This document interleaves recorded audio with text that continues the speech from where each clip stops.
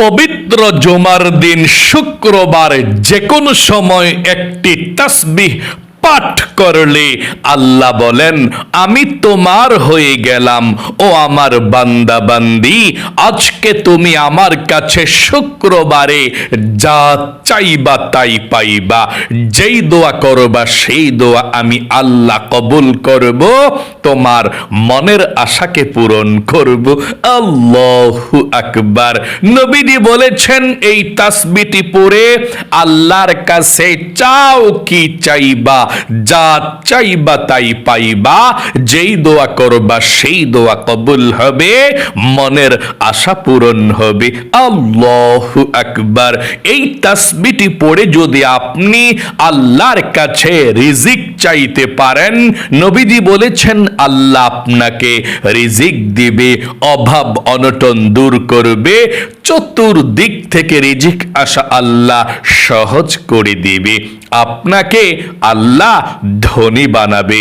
নবীজি বলেছেন এই তাসবিহটি পড়ে যদি মনের আশা পূরণের জন্য দোয়া করতে পারেন, আপনার মনের আশাকে আল্লাহ পূরণ করবে। আপনি আল্লাহর কাছে যা চাইবেন তাই পাবেন, যেই দোয়া করবেন সেই দোয়া কবুল হবে এবং আপনার মনের আশাকেও আল্লাহ পূরণ করবে। আল্লাহু আকবার। এবং যত বিপদ আপদ বালা মুসিবতের মধ্যে থাকুন না কেন, এই আমলটি করে আল্লাহর কাছে বলবেন কোন সমস্যার মধ্যে আছেন, আল্লাহ আপনার সকল সমস্যাকে সমাধান করে দিবে। আল্লাহু আকবার। তাহলে প্রিয় দিনী ভাই এবং মহিলা মা ও বোনেরা, এই আমলটি আপনারা শুক্রবারে কিভাবে করবেন আমি একদম সহজে আপনাদেরকে বলে দেব। আপনারা মনোযোগ সহকারে শুনুন এবং আমলটি করবেন ইনশাআল্লাহ। প্রিয় দিনী ভাই এবং মহিলা মা ও বোনেরা, পবিত্র জুমার দিন শুক্রবার দিন অথবা রাত যে কোনো সময় আপনি এই তাসবিহটি পড়তে পারেন। আল্লাহ রাব্বুল আলামিন বলেন, আমি তোমার হয়ে গেলাম ও আমার বান্দা বান্দি, বলো তোমার কি প্রয়োজন, আমি আল্লাহ রাব্বুল আলামিন তোমাকে তাই দিয়ে দেব। তোমার মনের আশাকে আমি আল্লাহ পূরণ করব, যা চাইবা তাই পাইবা, যেই দোয়া করবা সেই দোয়া কবুল হবে, তোমার মনের আশাকে আমি আল্লাহ পূরণ করব। আল্লাহু আকবার। আজকে শুক্রবার দোয়া কবুলের দিন, খুবই গুরুত্বপূর্ণ দিন। আপনার ভাগ্যকে আল্লাহ পরিবর্তন করবে, কারণ শুক্রবার সপ্তাহের মধ্যে শ্রেষ্ঠ দিন, গরিবের হজের দিন, দোয়া কবুলের দিন।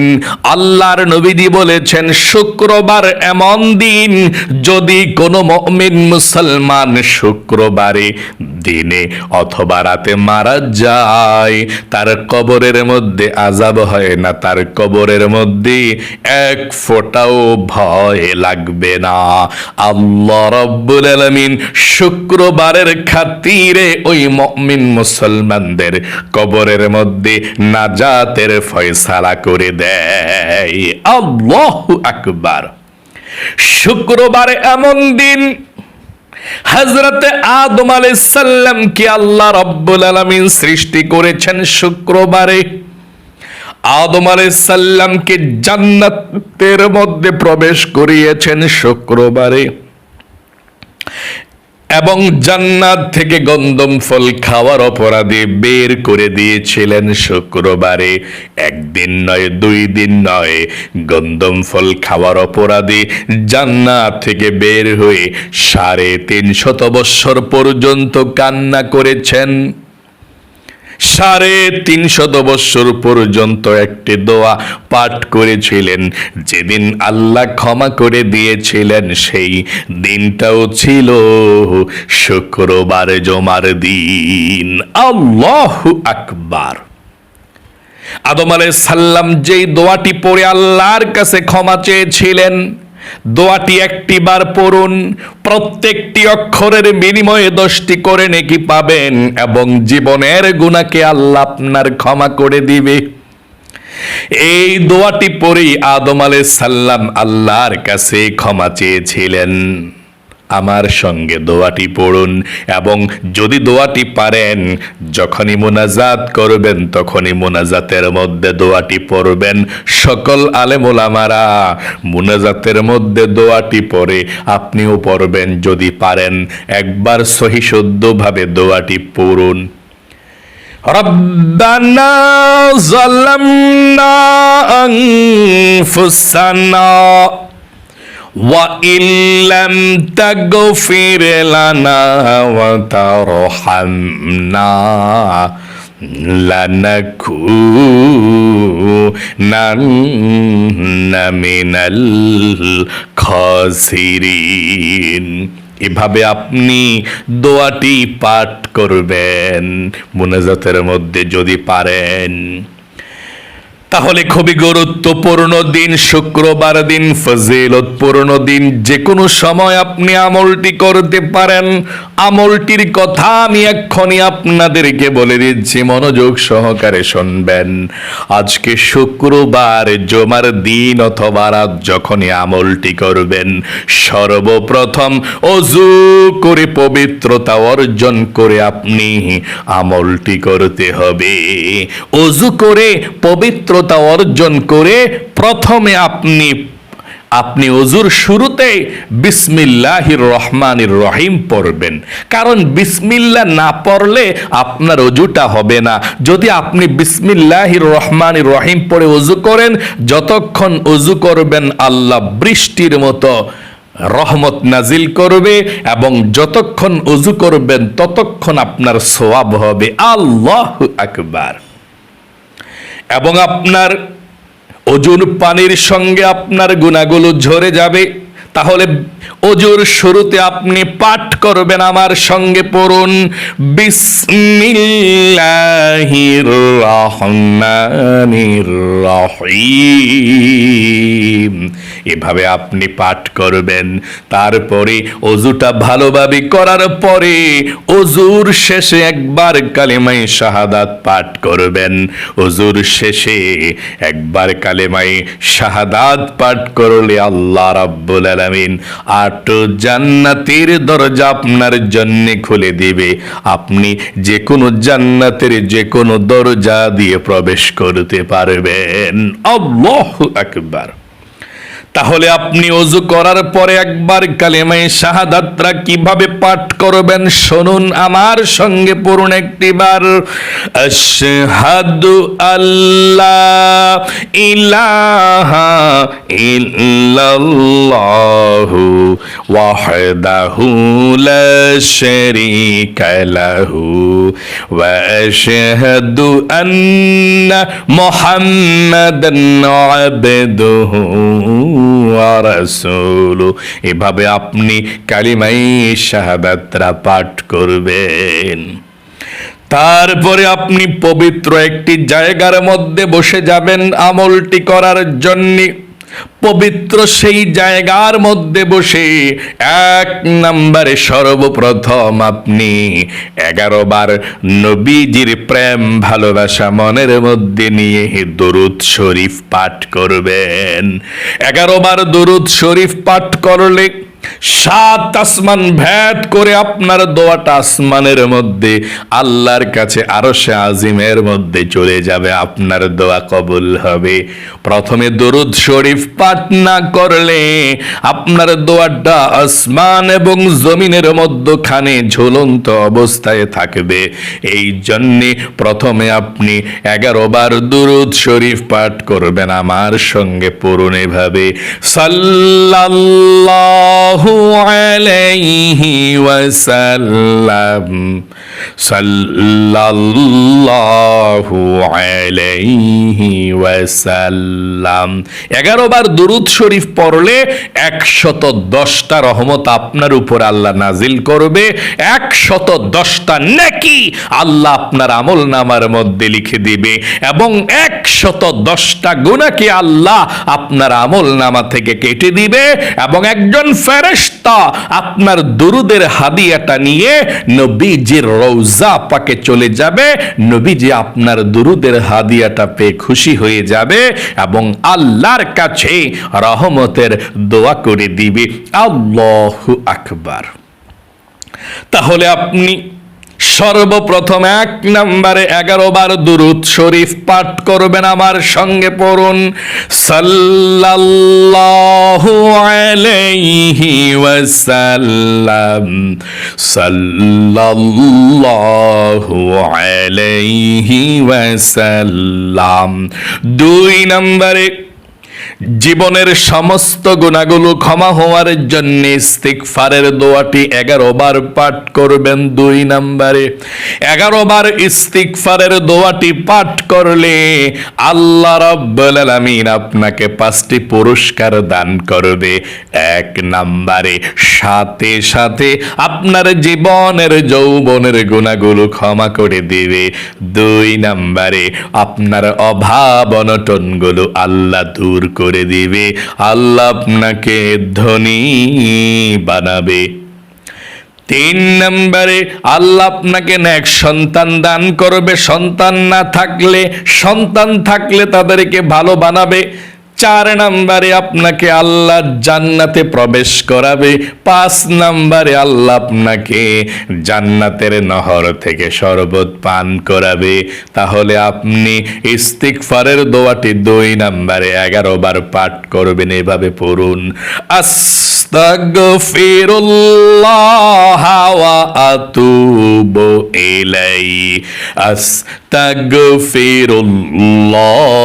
ওয়া আতুবু ইলাইহি, আস্তাগফিরুল্লাহ ওয়া আতুবু ইলাইহি। এভাবে আপনি 11 বার পাঠ করবেন। 3 নম্বরে লা ইলাহা ইল্লাল্লাহ, এই কালেমার দোয়াটা 100 বার গনে গনে পাঠ করবেন, কম যাতে না হয়, বেশি হলে সমস্যা নাই। নবীজি বলেছেন এই কালেমার দোয়াটা যদি আপনি 100 বার পাঠ করতে পারেন, আল্লাহ রাব্বুল আলামিনের আরশে আজিমের মধ্যে একটি নূরের খুঁটি আছে, ওই নূরের খুঁটিটা হেলতে থাকে, দুলতে থাকে। আল্লাহ বলেন, নূরের খুঁটি রে কি হয়েছে, হেলতেছিস কেন, দুলতেছিস কেন? নূরের খুঁটি বলে, আল্লাহ জমিনের মধ্যে তোমার একজন গুনাহগার বান্দা বান্দি লা ইলাহা ইল্লাল্লাহ পাঠ করেছে, আর এখনো পর্যন্ত তার গুনাহগুলো ক্ষমা করা হয় নাই, আমি কিভাবে স্থির হতে পারি? আল্লাহ রাব্বুল আলামিন বলেন, নূরের খুঁটি রে, তারা কি আমাকে দেখেছে না আল্লাহ আপনাকে দেখে নাই? জান্নাত দেখেছে নাকি না আল্লাহ দেখে নাই? কবর আযাব দেখেছে না আল্লাহ দেখে নাই? আখেরাত দেখেছেন আল্লাহ দেখে নাই? আল্লাহ বলেন, নূরের খুঁটি রে, সাক্ষী থাক, সাক্ষী থাক, যেই গুনাহগার বান্দা বান্দিরা আমাকে না দেখে, জান্নাত জাহান্নাম না দেখে, আখেরাত না দেখে, কবর আযাব না দেখে, বিশ্বাস করে লা ইলাহা ইল্লাল্লাহ পাঠ করেছে, আমি আল্লাহ রাব্বুল আলামিন তাদের জীবনের যৌবনের গুনাহগুলো ক্ষমা করে দিলাম। আল্লাহু আকবার। তাহলে আপনি 3 নম্বরে 100 বার পাঠ করবেন, লা ইলাহা ইল্লাল্লাহ। আমার সঙ্গে পড়ুন, লা ইলাহা ইল্লাল্লাহ, লা ইলাহা ইল্লাল্লাহ, লা ইলাহা ইল্লাল্লাহ, লা ইলাহা ইল্লাল্লাহ, লা ইলাহা ইল্লাল্লাহ, লা ইলাহা ইল্লাল্লাহ, লা ইলাহা ইল্লাল্লাহ। 100 বার পাঠ করার পরে একবার পুরাটা কয়টা কালেমা পাঠ করবেন এভাবে, লা ইলাহা ইল্লাল্লাহু মুহাম্মাদুর রাসূলুল্লাহ সাল্লাল্লাহু আলাইহি ওয়াসাল্লাম। এভাবে আপনি 100 বার কালেমাটা 3 নম্বরে পাঠ করবেন। 4 নম্বরে রিজিক পাওয়ার জন্যে, ধন সম্পদ পাওয়ার জন্যে, টাকা পয়সার মালিক হওয়ার জন্য এই দোয়াটা 11 বার পাঠ করবেন। আমার সঙ্গে পড়ুন, ইয়া রাজ্জাকু ইয়া আল্লাহ। এই দোয়াটা, আল্লাহর নামটা পাঠ করলে আল্লাহ রিজিক দেয়, ধন সম্পদ দেয়, আল্লাহ ধনী বানায়। আপনি এই আল্লাহর নামের দোয়াটি আপনি 11 বার পাঠ করবেন। আবারও পড়ুন, ইয়া রাজ্জাকু ইয়া আল্লাহ ইয়া রাজ্জাকু ইয়া আল্লাহ ইয়া রাজ্জাকু ইয়া আল্লাহ। আপনি 4 নম্বরে এই দোয়াটি 11 বার পাঠ করবেন। 5 নম্বরে আপনি 11 বার আল্লাহর ইসমে আজম নামটি পাঠ করবেন। নবীজি বলেছেন এইটাই হচ্ছে ইসমে আজম নাম। একজন ফেরেশতাই নামটি পড়ার পরে আল্লাহ নবীজি বলেছেন, আল্লাহ রাব্বুল আলামিনের ইসমে আজম নাম তো তুমি পাঠ করে ফেলেছ, ও আমার সাহাবী, আল্লাহর কাছে চাও কি চাইবা? যা চাইবা তাই পাইবা। 11 বার পাঠ করবেন এটা। ইয়া যাল জালালি ওয়াল ইকরাম ইয়া যাল জালালি ওয়াল ইকরাম। 6 নম্বরে সর্বশেষ আবারও প্রথমের মতো আপনি দুরূদ শরীফ পাঠ করবেন 11 বার, সাল্লাল্লাহু আলাইহি ওয়াসাল্লাম সাল্লাল্লাহু আলাইহি ওয়াসাল্লাম। তারপরে আপনি আল্লাহর কাছে মোনাজাত করবেন আল্লাহুম্মা আমিন বলে। তারপরে আপনি 3 বার আল্লাহর এই নামটি পাঠ করবেন, ইয়া যাল জালালি ওয়াল ইকরাম ইয়া যাল জালালি ওয়াল ইকরাম ইয়া যাল জালালি ওয়াল ইকরাম। তারপরে জীবনের সমস্ত গুনাহগুলো আল্লাহর কাছে ক্ষমা চাইবেন, মাপ চাইবেন। তারপরে বলবেন, আল্লাহ যা কিছু আমল করেছি নবীজির রওজা পাকে পৌঁছাইয়া দাও। তারপর আপনার মা বাবা দাদা দাদি নানা নানি সবার কবরের মধ্যে যারা যারা দুনিয়া থেকে বিদায় নিয়ে চলে গিয়েছে সবার কবরের মধ্যে আল্লাহ পৌঁছায়া দাও, এগুলো বলবেন। বলার পর আল্লাহর কাছে রিজিক চাইবেন, ধন সম্পদ চাইবেন। কোন সমস্যার মধ্যে আছেন আল্লাহর কাছে বলবেন, প্রাণটা খুলে মনটা নরম করে চোখের পানি ছেড়ে দিয়ে আপনি বলবেন আল্লাহর কাছে। চোখের পানি যদি না আসে সমস্যা নেই, কান্নার ভান ধরে আপনি আল্লাহর কাছে মনোযোগ সহকারে চাইবেন। যা চাইবেন তাই পাবেন। খুবই পাওয়ারফুল, শক্তিশালী এই আমলটি। আশা করি একদম সহজে বুঝতে পেরেছেন। আল্লাহ আপনাদের সকলকে ভালো রাখুক। লক্ষ লক্ষ টাকার মালিক আল্লাহ আপনাকে বানিয়ে দিক, যাতে গরিব অসহায়দেরকে দান করতে পারেন। সকলে কমেন্ট বক্সের মধ্যে লিখবেন আমিন এবং ভিডিওতে একটি লাইক দিয়ে দোয়াতে অংশগ্রহণ করবেন। যারা কমেন্ট বক্সের মধ্যে আমিন লেখে এবং ভিডিওতে একটি লাইক দিয়ে দোয়াতে অংশগ্রহণ করেছেন, ও আল্লাহ তাদেরকে তুমি ভালো রাখো, সুস্থ রাখো, জীবনে একবার হইলেও মক্কা মদিনায় যাওয়ার তৌফিক দান করে দিও, আমিন। আজ এ পর্যন্তই, আবারও অন্য কোনো ভিডিওতে দেখা হবে ইনশাআল্লাহ। সেই পর্যন্ত আপনাদের সকলের সুস্বাস্থ্য আল্লাহর কাছে কামনা করে আজ এখানেই বিদায় নিচ্ছি। আসসালামু আলাইকুম ওয়া রাহমাতুল্লাহি ওয়া বারাকাতুহু।